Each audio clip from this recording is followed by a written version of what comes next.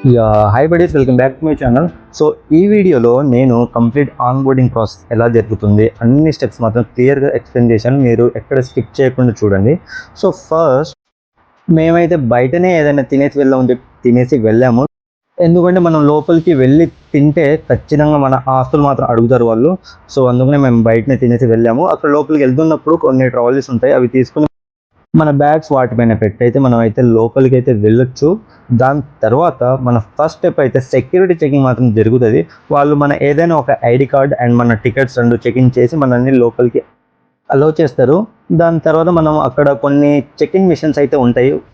వాటితోటి మనం మన onboard process and checking process అందులోనే మనం కంప్లీట్ చేసుకోవచ్చు.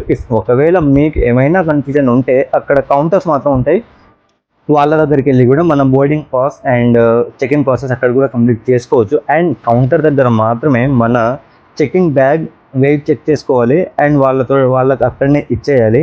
అండ్ ఇక్కడ 2 టైప్స్ ఆఫ్ బ్యాగ్స్ ఉంటాయి, checking bag and cabin bag. Checking bag అంటే మన లగేజ్ బ్యాగ్ మనం ఫ్లైట్లో తీసుకెళ్ళకుండా వాళ్ళకి ఇచ్చేయాలి, వాళ్ళే మన డెస్టినేషన్ దగ్గర పంపించేస్తారు. అండ్ క్యాబిన్ బ్యాగ్ అంటే మనతో పాటు తీసుకెళ్లే బ్యాగ్ని మనం క్యాబిన్ బ్యాగ్ అని అంటాము. అండ్ చెకింగ్ బ్యాగ్కి 15 kgs మాత్రం అలో చేస్తారు అండ్ క్యాబిన్ బ్యాగ్కి 7 kgs మాత్రమే వాళ్ళు అలో చేస్తారు. లైక్ ఇక్కడ బ్యాగ్ చూసారు, ఇక్కడనే మనం మన బ్యాగ్ని పెట్టేయాలి. అండ్ దాని తర్వాత మన క్యాబిన్ బ్యాగ్ని మనం లోపల ఉన్న మెటల్స్ అండ్ లోపల ఉన్న థింగ్స్ మొత్తం అక్కడ చెకింగ్ చేసుకుని మనల్ని గేట్ దగ్గర పంపించేస్తారు. ఇక్కడ మనం క్యూలో ఉన్నాం కదా, ఇక్కడ ఇంకో చెకింగ్ ఉంటుంది ఫ్లైట్ లోపలికి ఆన్బోర్డ్ అవ్వడానికి. ఇక్కడ చెకింగ్ చేసి మనల్ని లోపలికి అలో చేస్తారు. మనం లోపల ఎంటర్ అవుతున్నప్పుడు ఎయిర్ హోస్టెస్ ఉంటారు, వాళ్ళు మన టికెట్ చూసి మన సీట్ని చూపిస్తారు, లేకుంటే మనం కూడా చూసుకోవచ్చు, పెద్ద ప్రాబ్లం అయితే లేదు. సో లోపలికి వెళ్ళాక మన సీట్లో మాత్రం మనం కూర్చోవాలి. ఇక కూర్చున్న తర్వాత ఆ ఫ్లైట్ని మొత్తం ఆక్సిజన్ తోటి మాత్రం నింపేస్తారు. కొద్దిసేపు మనం కూర్చున్నాక ఇక ఫ్లైట్ మాత్రం మూవ్ అవుతుందండి. ఫ్లైట్ టేక్ ఆఫ్ అవుతున్నప్పుడు మనకు కొంచెం ఆ ఫీల్ అనేది ఉంటుంది, మనం దేనికి ఫీల్ ఎత్తాం కదా అలానే ఆ ఫీల్ ఉంటుంది. అండ్ ఒక సర్టెన్ హైట్కి వెళ్ళిన తర్వాత మాత్రం మనకు ఆ ఫ్లైట్ మూవ్ అవుతున్నట్టు కూడా మనకు తెలియదు.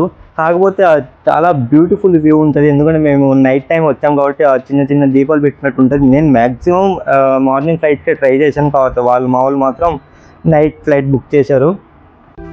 నేను డే వ్యూ చూడాలని చెప్పి చాలా ఆశగా ఉండే, కాకపోతే నాకు అది వీలవ్వలేదు.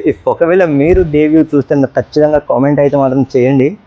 అండ్ నైట్ వ్యూ కూడా చాలా బాగుంది, పైనుంచి చూడడం అంటే అదొక ఎగ్జైట్మెంట్ మనకు. అండ్ కొద్దిసేపు జర్నీ చేసిన తర్వాత మన డెస్టినేషన్కి మనం రీచ్ అవుతాం.